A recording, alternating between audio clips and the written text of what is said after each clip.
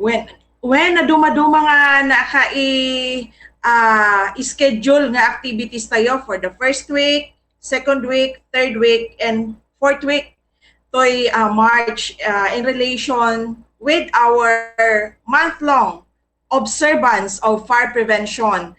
Ken sakbay nga itad ko tayo detail nga schedule tayo. I just would like first nga ipakaamo apay nga Marso nga ag-observe tayo ti fire prevention.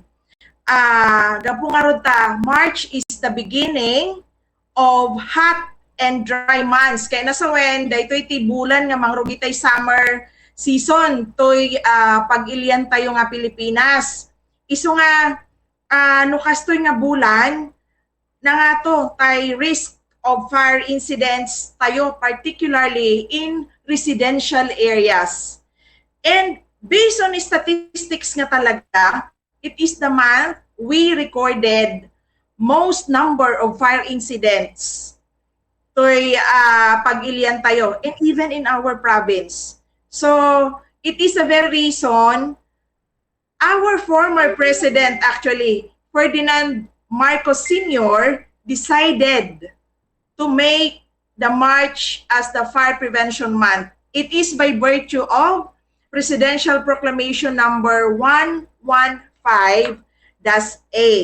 So, iso dayta, apay nga Marso ti fire prevention tayo, haan nga December, haan nga January, haan nga August. It is because during March, we recorded the most number of fire. That's why, nag-adu nga activities nga maisayangkat initiated by the Bureau of Fire Protection, tapno nga rod nga makaiwas tayo jay fire incident. Dito'y nga umuna nga aldaw, we are having our synchronized nga kick-off. Dahil kitapno maipakaamo tay intiro kailian tayo nga haan nga agsagana dikit di we'll do our own kumbaga responsibility tapno makaiwas po tayo sa fire incident tay bukod tayo nga pagtaingan kaya naduma-duma pa nga properties tayo. So we have the kick-off from March 1, mabalin nga March 1, mabalin nga March 2, ken mabalin nga March 3. Kaputan na sabsabali tayo schedule, depende po doon sa availability ng tatao nga multi-agency nga mang participate. Ken itata nga tawen, for the province of Ilocos Norte, we decided nga tayo kick-off haan nga centralized, but rather we have it per LGU tapno ad-ado ti kailian nga makaamo. Ngamin no we will do it centralized like the previous years. Tayo lang no kwa LGU nga pinakasayangkatan mi ti makaamo nga gayam it is fire prevention month na. Then at the same time we will be having tay kasla inaramid at December nga agrubing ta fire station tapno fire trucks po nako tapno agpalagit ti naduma-duma nga barangay, so mayroon tayo mga rovings. At the same time magkakaroon din po tayo ng mga fire safety awareness programs, depende po doon sa mga coordinate na fire safety awareness programs and activities doon po sa kanya-kanyang LGUs. And for the BFP Ilocos Norte, we will be having, I am inviting po doon sa mga enthusiast ng fun run.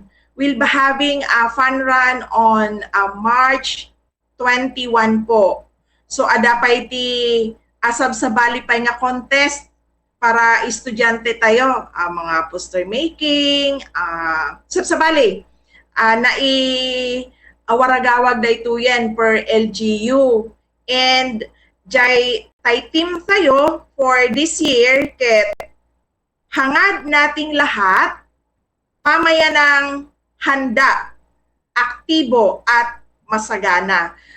I'd like to encourage po, aming nga kailian tayo, nga agbalin tayo nga bumbero, tibukod tayo nga pagtaingan. Lalo na this month, kentay sumarsaro nga bulan nga during summer season.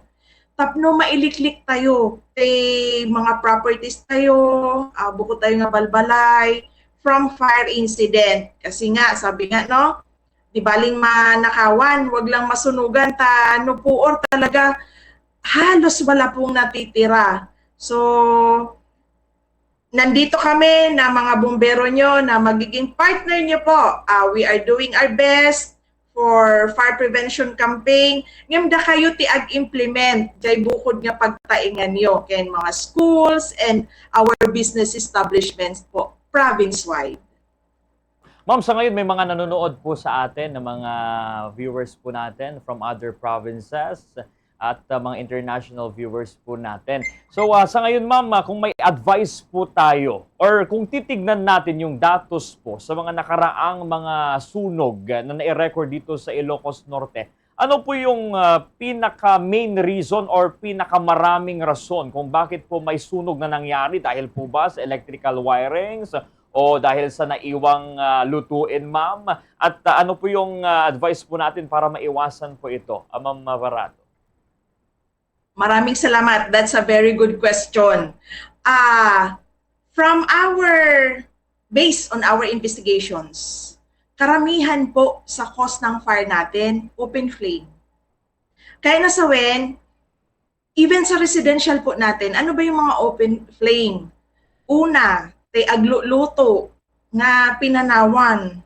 So most of our residential fire nagapot ta kitchen fire. So maruno ket jay napanawan nga in balin nga panang silaw like candle ken jay mausar nga ada nga minti pamati ti sa balin nga kailyan tayo nga usar ti kandila for whatever purpose nga pakausaran na.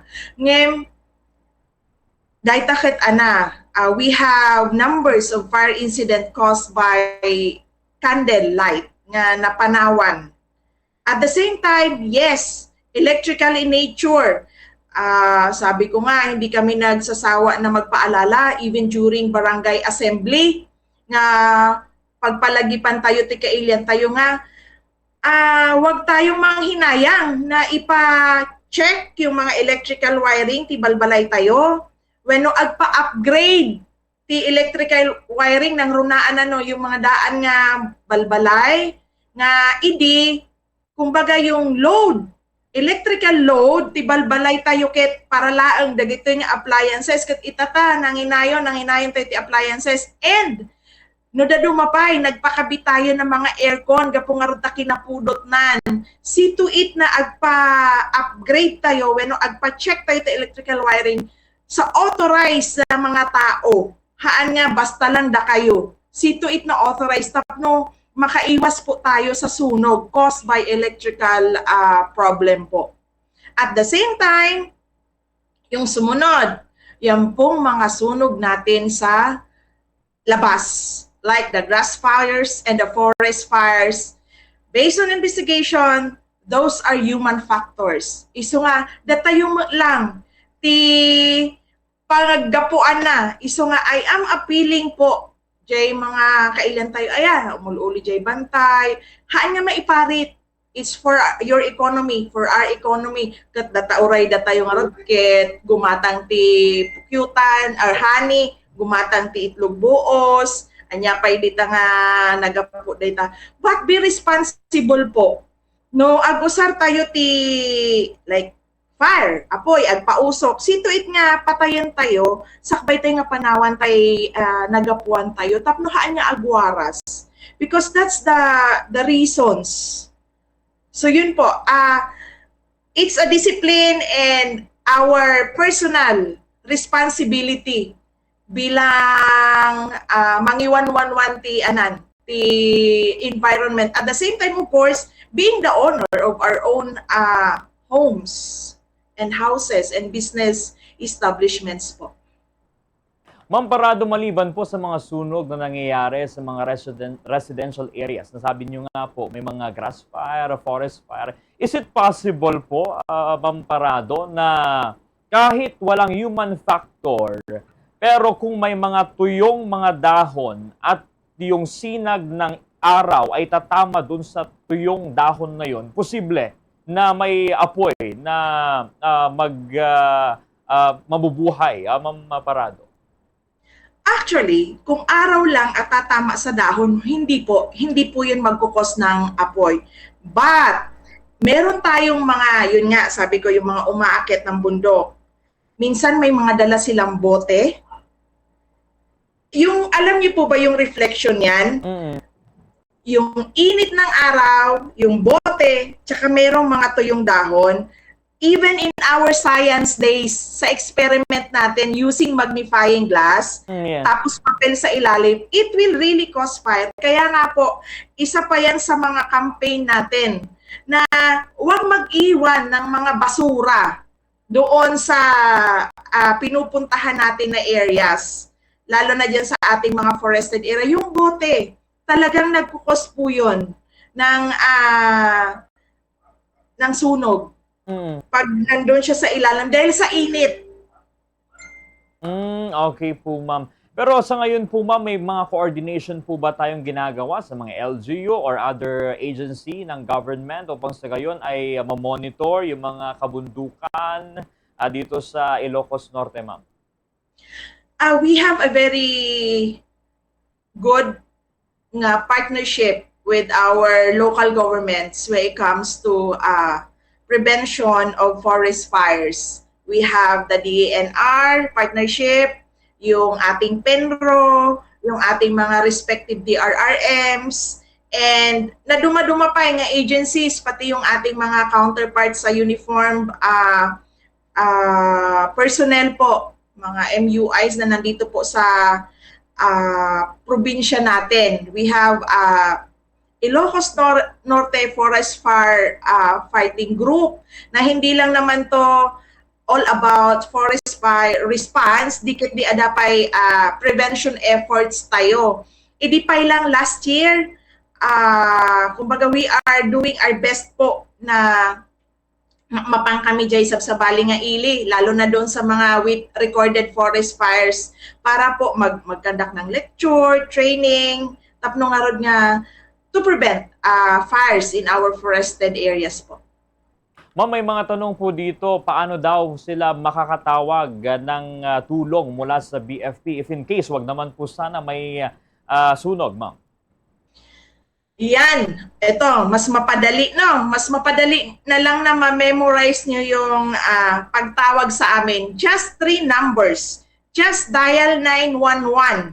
At i-direct na kayo doon sa kung anumang lugar yung gusto nyong marespondihan o kung nasaan man kayo. Sasabihin nyo lang, then your call will be directed to the location or doon sa stations concerned para doon sa responde na kailangan ninyo. Hindi lang sa sunog, pati po sa anuman na emergency like mga medical emergencies, health emergencies, or untoward incidents, and of course yung sunog po.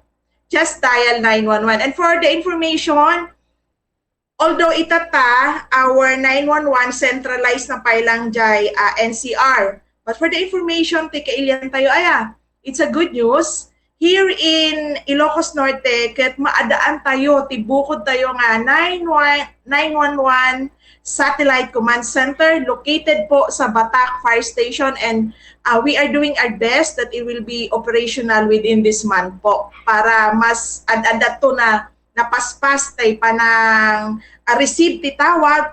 Nung ma-receive titawag na dagos, then we can respond immediately, met. Okay, ma'am, maraming salamat. Pero kung may mga mensahe rin pa po kayo sa mga viewers po natin o mga information na dapat pong malaman ng mga listeners, viewers po natin, go ahead po. Thank you, sir.